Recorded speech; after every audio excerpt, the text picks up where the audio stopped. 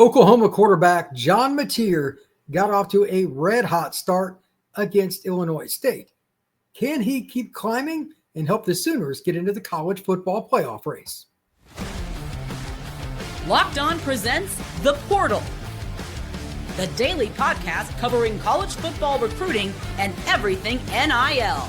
Part of the Locked On Podcast Network. Your team every day.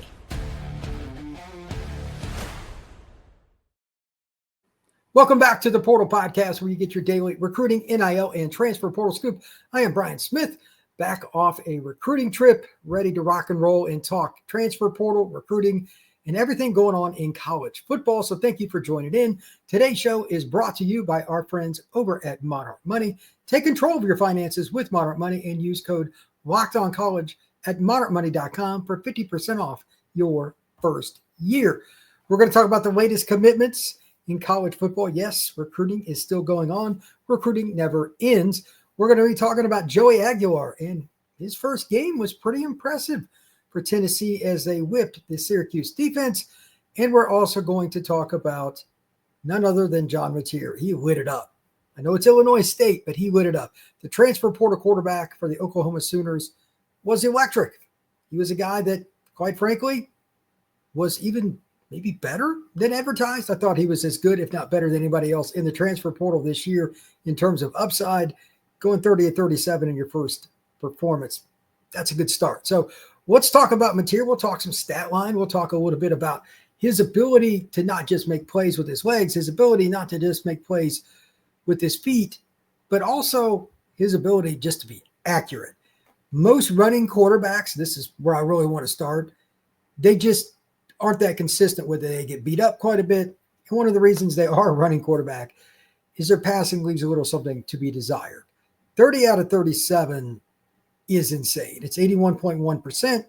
And not only did he hit a high clip, a lot of times when guys hit numbers like that, they average like 7.4 yards per pass. He averaged 10.5. That's a big difference. His overall offensive grade for Pro Football Focus, yeah, that was pretty good, 81.2. But the biggest thing with him isn't his ability to just throw the football. It isn't just the ability to be at a high clip in terms of percentage. The big thing with any quarterback that's consistently good in college football, you got to be able to throw the ball down the field. John Mateer, we're going to talk a little bit about this from a projection standpoint, but I'm going to share my screen for those of you that are on YouTube, and I'll explain it to you for those of you that are listening. When you think about the ability to hit plays down the field, how many yards, etc., 20 yards and beyond, those are your money makers. Those are the ones that truly help define whether or not you're getting it done, and they help define whether or not you're going to have a chance to be just flat out a team that to be reckoned with. So here are some of the numbers in terms of quote unquote passing depth per Pro Football Focus. Again, this is the most important part of this, 20 or more yards, plays where the ball travels at least 20 yards before it makes contact with the player. He had 5 attempts, 3 completions, 60%, 96 yards, 19.2 yards per attempt, 1 touchdown, no picks. That's pretty darn good. Medium depth, this is the hardest pass, to be honest. 10-19. A lot of these passes have a safety or a nickel or somebody underneath, and you got to throw it in between them to hit your guy and a safety or a deep corner, like playing in cover 3 or something like that. That's a moneymaker. Well, he was 7 out of 9, 77.8%, 146 yards, 16.2 yards per attempt, 2 touchdowns. He did have a pick, but that is an incredible number. I think that you can safely say he's picked up the offense pretty well. Obviously, Arbuckle came over from Washington State with him, but any adjustments, anything that the coaching staff at Oklahoma wanted, he's figured all that out. And then on his shorter passes overall, 22 total attempts, he hit 20. So that's over 90%. No picks, no interceptions, but he was very efficient and he picked them apart. So you think about all the numbers for Mateer, those are really good. And he also had 1 drop. He also had an overall NFL grade here. Again, this is insane. NFL grade for his deep throws, 143.8. That is very, very good. So let's talk about Mateer from one other perspective. Since he is, quote unquote, a guy that can run a little bit, What is his ability to get the ball down the field? That's great. But when you can combine it with the ability to run the football, that is also something to take into account. So he had 28 rushing yards and a score. Now, they're not going to run him as much against a team like Illinois State. But it's good to remember that it's still there. They went out and invested a lot in the transfer portal to get Mateer, to get Oklahoma off the mat after a very lackluster season in 2024. He's delivering. And here's why I think that he eventually can be that guy. They got the Michigan game coming up, and that's big. That is a must-win for this Oklahoma staff, to be honest. Their schedule is brutal anyway. They need to get that for momentum, to get the boosters off their back, to prove that Oklahoma is doing something. Him running around is going to be important because Michigan's secondary is going to be, no offense to Illinois State, massively, massively better. And you're not going to get free access throws underneath. Again, he was 20 out of 22 from anything from behind the line of scrimmage up to 9 yards. So he killed it, as he should. But Michigan's going to take away a lot of those.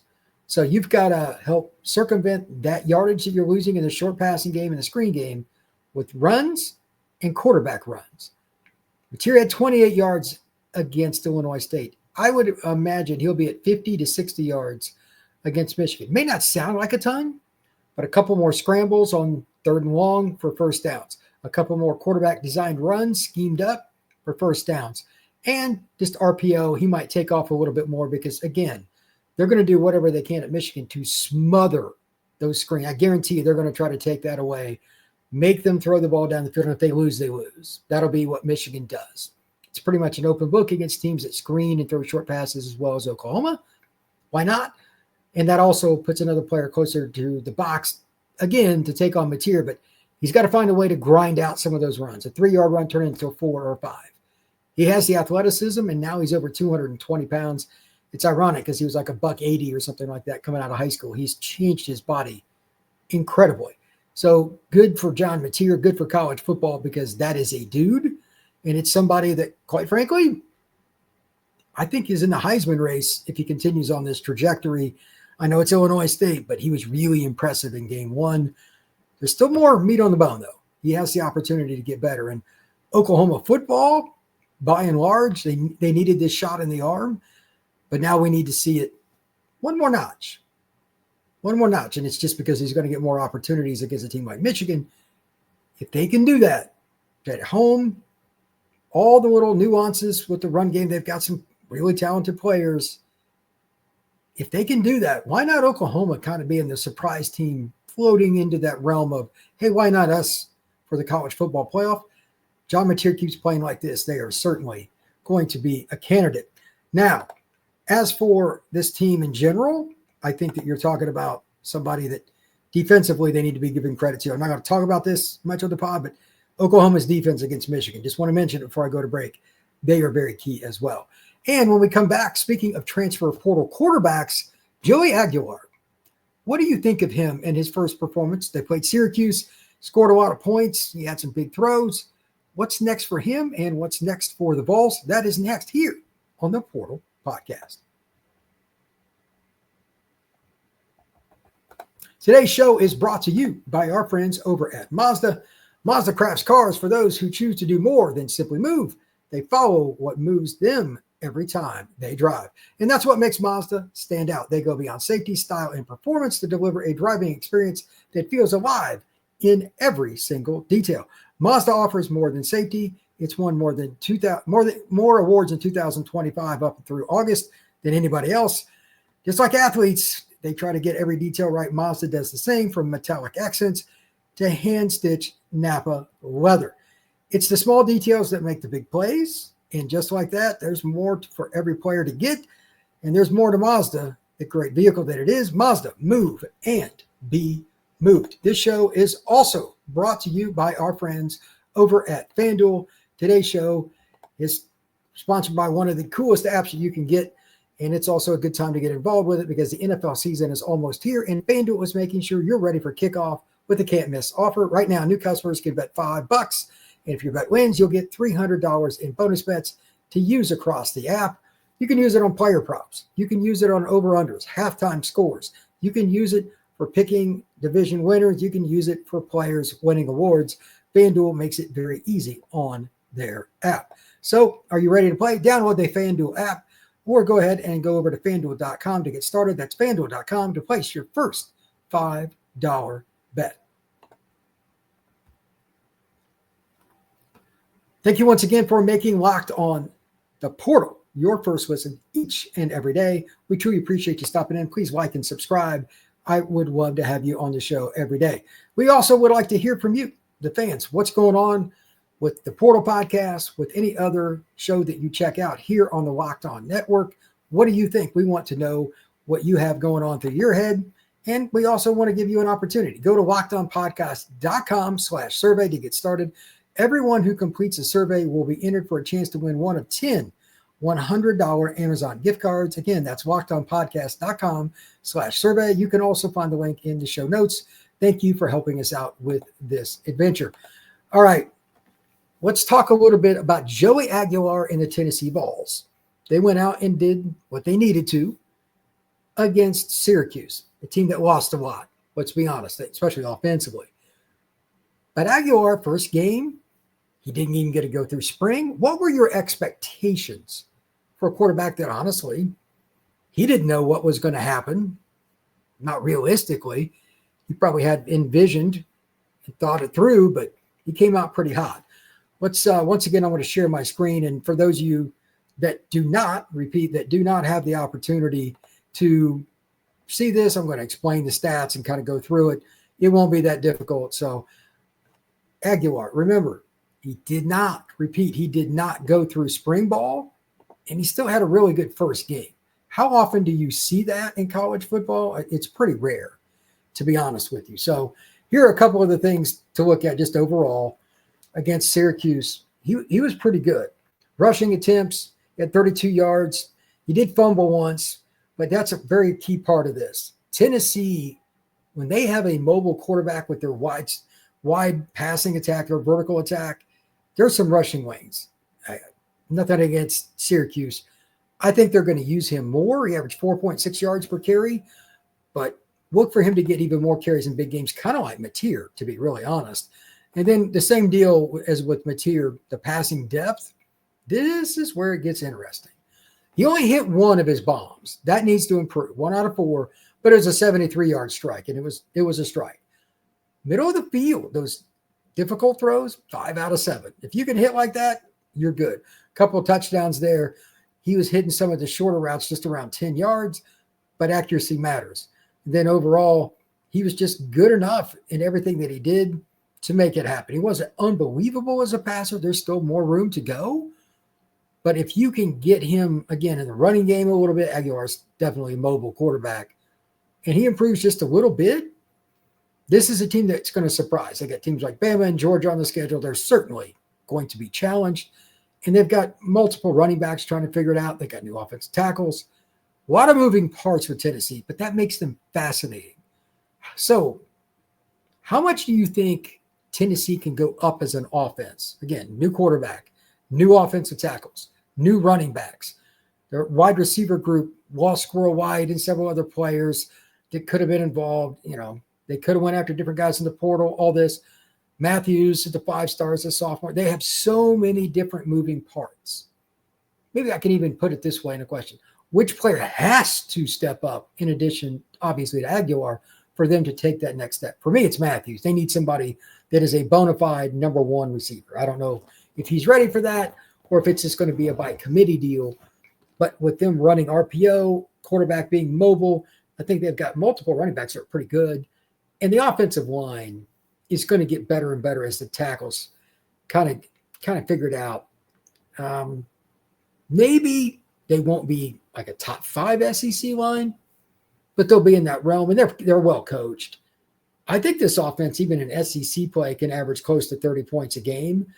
They might have like one clunker somewhere. That's typical in the SEC, where another defensive coordinator making a couple $1 million figures you out. But I think this is an offense that could be in that realm. Just hear me out. The keys there will be the tackles. David Sanders, the true freshman 5-star. And here's the big part. Hurd, a guy that some people may not know much about. He was an elite recruit a couple of years for LSU, but didn't get to play early, transferred to Tennessee. You got two possible NFL tackles. If they develop just a little bit earlier than maybe some people think, that could be a very dangerous offense. Why not Tennessee? Why not the Vols? So it was only one game. Syracuse is not the beacon of light for defense. I get it, but they're pretty talented. So let's see what happens with them over the next 2-3 weeks. Injuries will be important. I don't think Tennessee's as deep necessarily as some other squads, but they're not exactly shy of talent either. So I think the Vols have a chance to at least be pretty darn good. Maybe I'm crazy to say that, but that's my opinion on it. So we'll see. When we come back, I want to talk about the latest commitments, ironically, Oklahoma with a couple, and what's next with college football and recruiting this time of year. What should you be watching for with your favorite team? If your squad is not doing what I'm going to be talking about in the next part of the show, it's a seismic area for concern, because right now recruiting, while quiet, is very, very important. That is next here on the Portal Podcast. Most people can't name all their financial accounts or even what they're worth, whether it's 401ks, properties, or investments. And that's when you know you don't have the full picture and you can end up leaving money on the table. That's where Monarch Money comes in. It's an all-in-one personal financial tool that brings your entire financial life together in one clean, easy-to-use interface on your laptop or on your phone. Monarch is built for people with busy lives. If you put off organizing, Monarch is there for you. Monarch does the heavy lifting. You can link all your accounts in minutes, see all the data, get organized for your spending, and finally feel in control of your money without ever touching a spreadsheet. You and your loved one can put all your stuff in one place, making it easier, more convenient, and you can also be more efficient with everything in one spot. You can organize and figure out how we can save more money for the future or plan for somebody else's, like your granddaughter's future as well. Don't let financial opportunities slip through the cracks. Use code LOCKEDONCollege at monarchmoney.com in your browser for half off your first year, 50% off at monarchmoney.com with code LOCKEDONCollege.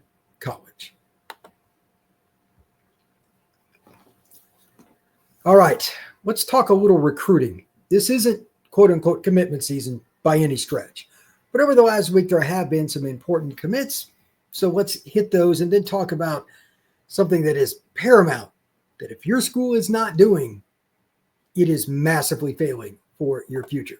First off, Oklahoma got not one, but a couple of commitments over the last few days. Teron Richardson out of Hopewell, Virginia. That's an area, always got good players, wide receivers, defensive linemen, whatever. Almost 300 pounds, 6'2.5", 3-star on 24/7. Teron Richardson has committed to the Oklahoma Sooners. And he's not the only one that's committed to there. Xavier Aquafuluzi, a wide receiver, local kid, Owasso, Oklahoma, out of Rejoice Christian. Big kid, 6'4", 195 pounds. He is also a 3-star, 89 grade on 24/7.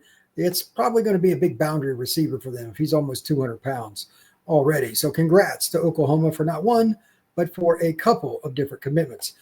As we've talked about before, Tristan Keys flipped from LSU to Tennessee. I'm thinking that part of that is the fact that he is now an Adidas athlete, but whatever the case may be, that is a 5-star receiver. Good for the Vols. Him and Faison Brandon are going to be a really, really interesting combination. Tristan is from Hattiesburg, Mississippi, in the southern part of the state. Could have went to pretty much any school in the country. He will take his talents to Knoxville. Florida State picked up Jonah Winston, Jameis Winston's brother, out of Hoover, Alabama. He lives right down the road from Birmingham, plays against really good competition. Slot receiver, 5'9", 155 pounds. He will go to Florida State. Speaking of Tennessee, they also flipped Auburn defensive end Hezekiah Harris out of Jemison in Alabama, in the northern part of the state. He was committed to Auburn for a very long time. He is a borderline top 100 recruit on 24/7. Big pickup for the Vols. Getting pass rushers is a really difficult thing. This is a young man that I've met, 6'5 plus, long, athletic, really good guy. Tennessee gets another really valuable player. And again, it's not over for everybody. Like there's still all kinds of commitments all around, not only the United States, but across the country. Maximilian Tilfelt Retzwer, tight end, 6'7", 230 pounds, out of Sweden, commits to Wake Forest. That's kind of a random commitment, but that just shows you how broad recruiting is in general. So you shouldn't be too shocked. Now for something that I'm sure some of you have heard about, and I'll use Florida State as an example, but for any home game that your favorite program has, sure, there are going to be senior commitments on campus. Sure, there's going to be a few more kids on campus that are probably seniors that you're still seeing your favorite team recruit. That's all fine and dandy. But here's my question. Are there not just some underclassmen recruits coming to these games too? Two more specific questions. Are there elite underclassmen recruits coming to your games, and be in droves? I don't know what it is, but certain teams are having massive success. Again, and I'm not going to shun a bunch of people, but there's a handful of schools that are killing it in this area and others that are kind of like, it's okay. Florida State had a great group. DJ Jacobs and several other players. DJ might be the best recruit in the class of 27. He's a kid from the Atlanta area, defensive end. All kinds of players were at Florida State. They had like 100+ kids on campus from all ranges. Congrats to Florida State, because they not only had those kids on campus, they picked the weekend they beat Bama to do it. That's pretty impressive. But there are other schools too. Ohio State, Texas, obviously a lot of kids there, but they're being selective about who they bring. Not just seniors, there are juniors at these events too. So I ask you again, is your school bringing in elite, not good, elite underclassmen? Because everything's expedited. This process has started so much earlier. If you're not getting them on campus now, your chances of signing them in just over a year or 2 years, whatever it may be, is not that good. You need volume visits. It's just the name of the game. Okay, if you're Florida State, Texas, USC, or anybody else, are you getting the elite underclassmen on your campus for game day visits? That is a checkbox. The ones that are not will be the ones that probably suffer the most down the road. Now, for any team that didn't have a home game yet, obviously this is a pass. You just got to wait for your first game. But just as examples, we still got some other really big games coming up in the next few weeks. Texas A&M goes to Notre Dame. You think Notre Dame, especially after getting beat by Miami, isn't going to be fired up and they're going to try to bring as many recruits? Of course they are. But which ones do they get? Does Notre Dame get a lot of local kids, or do they get a national selection of elite recruits on campus? We'll find out. Miami had a great group when they had Notre Dame down there. Hats off to Miami staff. Again, seniors, juniors, sophomores, elite group. Is your program doing that too? Any program that's not, in a couple of years, we're going to be talking about those classes finishing up. It's moments like right now, when people really aren't talking about it, that it matters most. Thank you once again for making the Portal Podcast your first listen each and every day here on the Locked On Podcast Network. Please like and subscribe. And if you're on Apple, go ahead and hit that automatic download. We will see you again very soon here on the Portal Podcast.